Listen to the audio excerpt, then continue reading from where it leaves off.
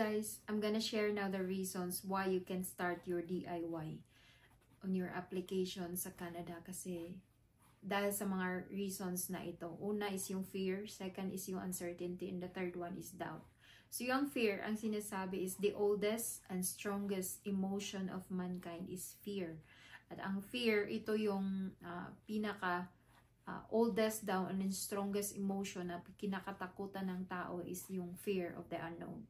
So, kung mag-apply ka, kung meron kang takot, hindi mo magagawa ang mag-DIY. It's because you have meron kang negative na iniisip na you might miss information, you might have the wrong information.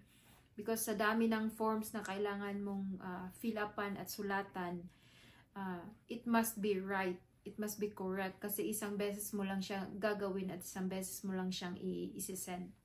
So, dahil may takot kang mag-isa na gawin ang application mo.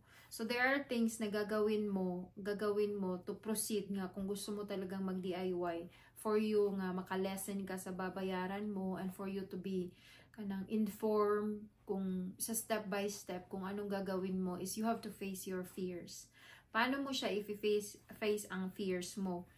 Una is, try mong change your thoughts.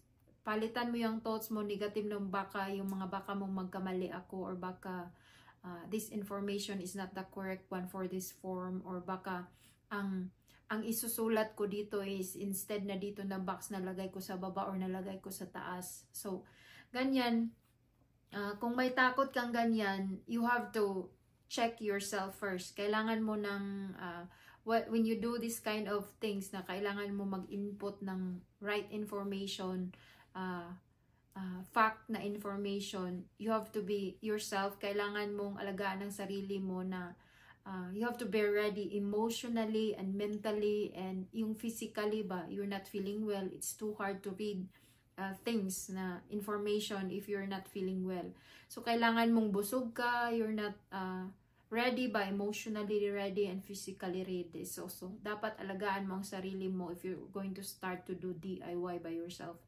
Because when you're emotionally, physically, and mentally ready, you can cross-check, you can fact-check, you can redo and you can redo what you are doing. Kung meron ka mang na-miss or feeling mo this is not the correct one or this if I input the correct information in this box, so mawawala ang fears mo if you do check and recheck on what you're doing. So, yun yung gagawin mo pag meron kang takot na magsimula na mag-DIY.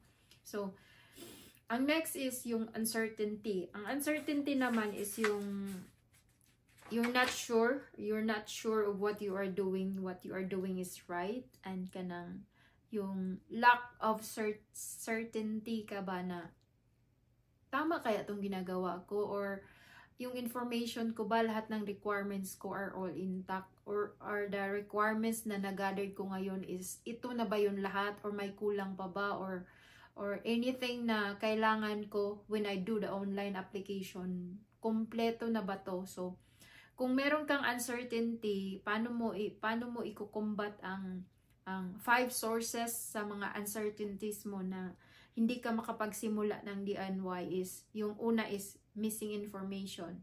Second is unreliable information. So, third one is conflicting information. Ang fourth one is confusing an information. So, kung na-confuse ka, kung meron kang missing information, kung lack of information, kung the information what you have is unreliable, meron ka talagang uncertainty na makapagsimula. Kaya hindi ka makapagsimula ng DIY. It's because of your feeling yung mga documents mo is hindi ka sure kung tama ba ang ng documents na nasa sayo. So what you're going to do to reduce uncertainty is, una is to increase the accuracy of your requirements. So lahat ng requirements mo na gathered mo dapat correct, reliable, and it's legit and it's true. Lahat ng information mo is para sa'yo and then to support of your application. And kailangan mong tanong, ask question, look for the right information. You have to look for the right information. Kailangan mong magtanong, kailangan mo magtanong to the right person na halimbawa, yung na mga, if you're planning to apply Canada, you have to ask persons coming from here na tama, and then you have to kanang mag-cross-check ka sa sarili mo nga, tama kaya itong sinasabi niya? Hindi lang isa ang babasihan mo ng mga information na kailangan mong i-gather. Dapat isa, dalawa, tatlo. If this is the same information na nakuha mo sa iba, then that is correct. So, para mabawasan ang uncertainties mo na para makapag-start ka ng DIY is, you have to have this information na reliable lahat. Look for persons na makatulong sa'yo to explain paano to gagawin. Or in this part, what should I do first?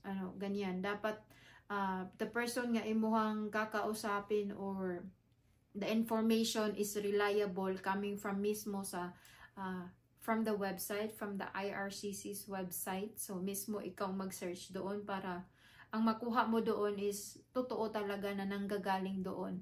So ang third one is yung doubts. Ano yung doubts is kanang questionable, yung doubts mo sa sarili mo, question mo sarili ko, kaya ko kaya to, or kanang lack ang confidence mo to start.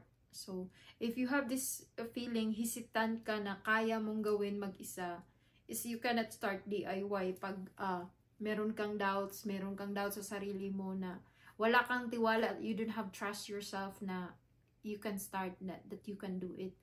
So, pag meron ka nito, ang fears mo malakas, ang uncertainties mo, yung doubts mo na hindi mo kaya, yung confidence mo is mababa to start DIY, hindi po kayo makapagsisimula. And then, paano mo i-combat ang doubts mo sa sarili mo is, kung meron ka bang, halimbawa, una is to recall your past successes nga dati nagawa. Bakit nagawa mo yun na mas mahirap pa yun kaysa sa gagawin mo ito?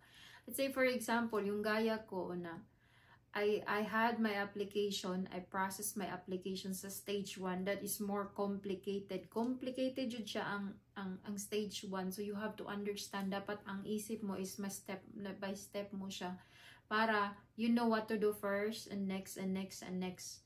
What requirements you have, dapat naka-intact, ay dapat ganito, dapat meron ako nito, dapat ganito. And then you have to do the checking by yourself. Nobody will do it for you if you wanna do it by yourself. So, you have to cross-check, check mo kung anong kumpleto na ba to. And then, that was so complicated na kailangan mong, syempre may stress ka, that's okay, you're a normal person ko, so nakaka-feeling na ma-stress, so that is okay. Pero kailangan mong labanan, it's because you lack ang funds mo, so you have to do DIY. So, ang ginawa ko, so since I have the confidence na nung nagawa ko sa stage 1, yung nag-process ako sa stage 1, so I did my stage 2, yung nag-process ng PR. So, I process it myself, so nadagdagan ang confidence ko na kaya ko nga sa stage 1, bakit hindi ko magagawa sa stage 2.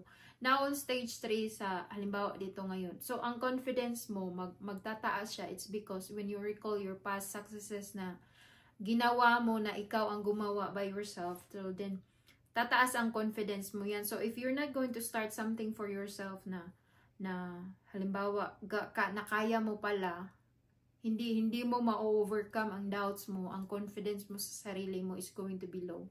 So magiging mahina siya, it's because hindi mo sinubukan, you don't trust yourself. So importante niyan, pagkatiwalaan mo ang sarili mo na kaya mo pala, kaya mong gawin, kaya mong i-process, kaya mong i-check mag-isa, kaya mong i-gather ang mga information na kailangan mo ng mga forms na ganito, you have to gather all the forms na kailangan mong fill upan, na kailangan mong mag-check and recheck doon sa information mo na nalagay mo, if it's correct, if it's in the right boxes. So yun, ma-overcome mo ang doubts na yun when you do it yourself, and you have to, when you trust yourself, and when that you can do it, and that you can, yung kaya mo bang gawin na ang output mo is success siya. So yun lang po, yung tatlong yun ang reasons na you can't start DIY if this fears, your uncertainties about yourself, your doubts is mataas ang level nito. Hindi ka talaga makapag-start ng ng DIY.